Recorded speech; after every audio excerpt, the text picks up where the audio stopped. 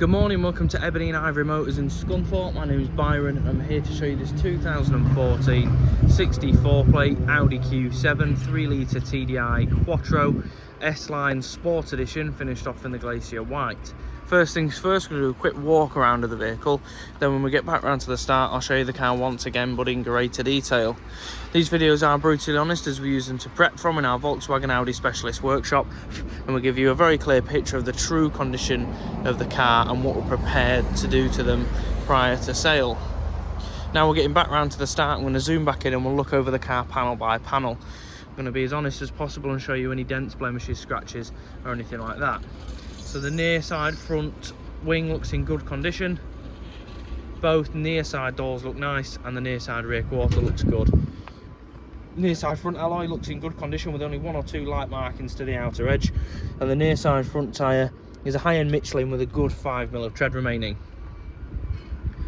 Moving down the near side, all looks in good condition, bar one or two very light marks to be polished up and touched in where we can.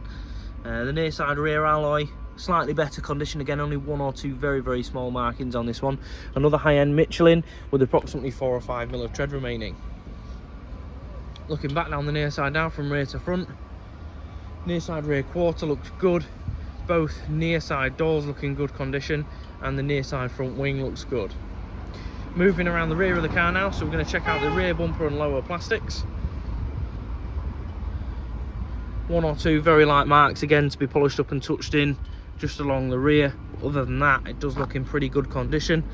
A little bit of moisture in this near side rear reflector, so that will be removed, dried out and resealed or replaced depending on what the technicians see is required. Other than that, looks in good condition. Tail lights and tailgate look in good condition. As you can see, you've got the reversing camera under there as well. Rear screen looks good with a factory privacy glass, and along the roof lining and the panoramic roof looks in good condition from the outside as well. Looking down the offside of the car from rear to front, offside rear quarter looks good. Both offside doors look in nice condition and the offside front wing looks good.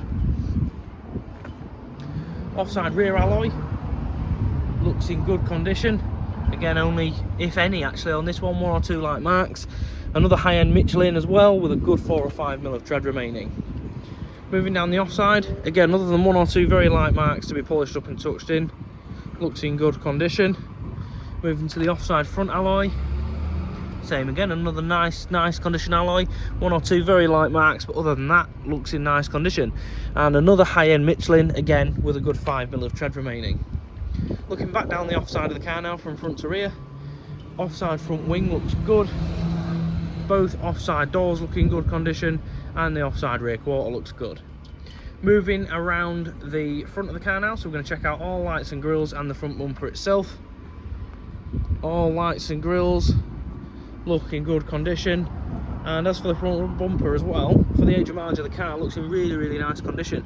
If there are one or two light marks to be polished up and touched in, these will get done the best we can prior to sale. As you can see, you've got the front cameras as well. Really high spec, awesome looking car as well with the Sport Edition kit on it. Final panel to look over is the bonnet. Paintwork looks in really nice condition, no dents, no scratches or anything like that. One or two light touch-ups to be done along the front, but other than that, looks in really good condition. Final thing to do before we make our way over the interior is check out the front screen. No major chips or cracks in the screen. We've got some very light surface pepperings by the looks of it on the driver's side, but other than that, looks in really nice condition. Now we're going to make our way through the interior of the car, starting in the boot. Got a power tailgate on this car, which is a nice feature.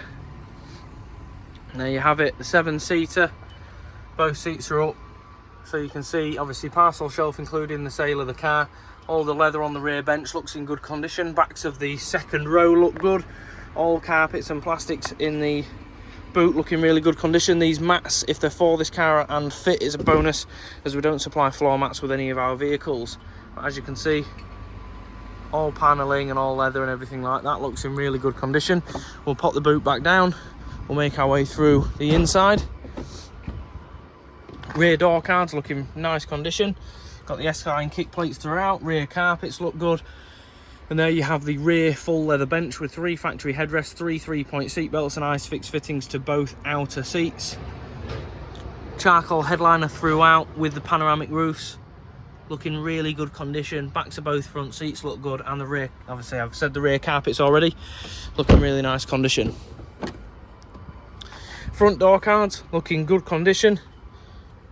Front carpets look good. And there you have the front S-line full leather, bolsters still firm, holding their shape, no excessive wear, no rips, no tears, no cigarette burns, no traces of any odours or anything like that. Jumping in, passenger seats in the same condition, looks really good for its age. No signs of any dash repairs or plastic repairs at all. Interior looks to have been well looked after.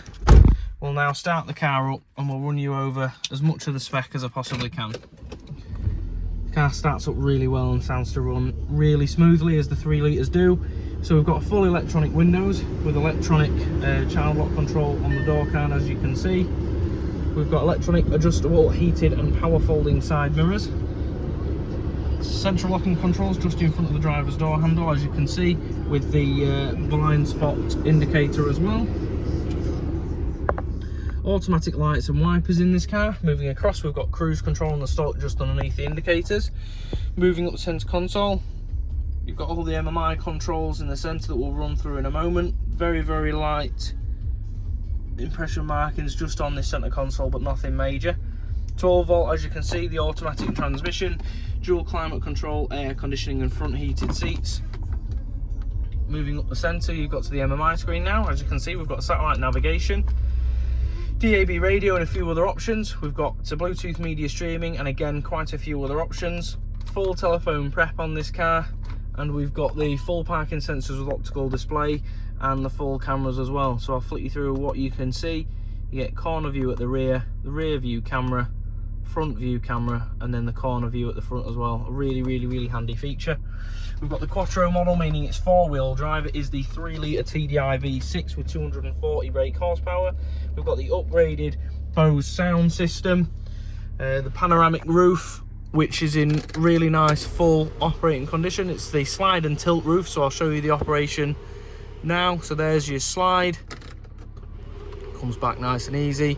You have got the electronic